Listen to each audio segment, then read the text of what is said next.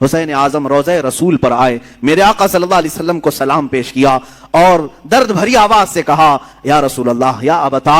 اے میرے باپ۔ حضور کو اکثر وہ ابا کہہ کر کے ہی پکارتے تھے۔ میرے آقا کی بارگاہ میں پکار کر کے کہا، آپ کے مدینے سے مجھے نکلنا پڑ رہا ہے، میرے لیے مدینہ تنگ کر دیا گیا، میرے چھوٹے بچے لے کر کے میں روانہ ہو رہا ہوں۔ یہ کیفیت تو میرے آقا ہی جانے، قبر اطہر سے اس حسین کو رخصت ہوتا ہوا دیکھ کر میرے آقا پر کیا گزر رہی ہوگی، جس کے گردن کو میرے آقا نے بوسے لیے، جس کو سونگھا کرتے تھے، جس کو دوش پر بٹھایا کرتے تھے، جس کو سجدوں پر اپنی پشت پر بٹھایا کرتے۔ اس حسین کی رخصتی یقیناً غم کا ماحول تو تھا۔ میرے آقا صلی اللہ علیہ وسلم کے روضہ اطہر سے نکل کر سیدہ کائنات فاطمہ الزہرا رضی اللہ تعالیٰ عنہا جو جنت البقیع میں دفن تھیں، ان کے روضے پر آئے، اپنی ماں کی تربت پر آپ نے لپٹ کر کے رویا اور رخصتی کی اجازت مانگی اور کہا، آپ کا حسین اگر مدینہ چھوڑ رہا ہے تو صرف اس لیے کہ رسول اللہ کا یہ مدینہ خون سے آلودہ نہ ہو، مسلمانوں کا خون نہ بہے، میں مسلمانوں کا خون بہنا نہیں دیکھنا چاہتا اور مدینے کی حرمت کو پامال ہونے نہیں دینا چاہتا، مجھے اجازت دی جائے۔ حسین اعظم نے اپنی ماں سے اجازت لی، اپنے چھوٹے بچوں کا ایک قافلہ لے کر نکل پڑے۔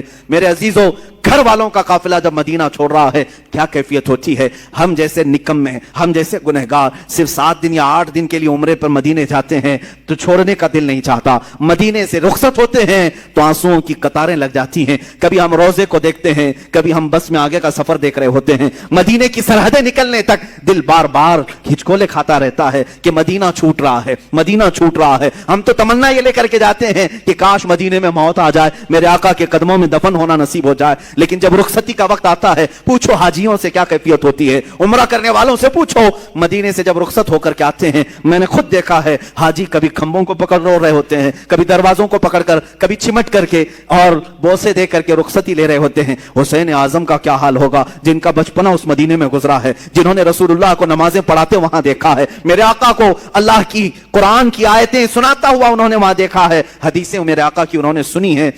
جن کا کھیلنا کودنا اس مدینہ طیبہ میں گزرا ہے جہاں میرے آقا صلی اللہ علیہ وسلم ان کے گھر آیا کرتے، جبرائیل ان کے گھر اترا کرتے۔ یہ ساری یادیں چھوڑ کر کے حسین اعظم ہجرت کر رہے تھے۔ اللہ آپ کے گھروں کو سلامت رکھے۔ میں جانتا ہوں گھر کو چھوڑنے کی کیفیت کیا ہوتی ہے، ہم جب اپنے گھر چھوڑ کر دوسری جگہ خدمت اسلام کے لیے بھی جا رہے ہوتے ہیں۔ مجھے یاد ہے وہ بات جب پڑھنے کے لیے ہم بچپن میں مدرسے جا رہے ہوتے تو پورا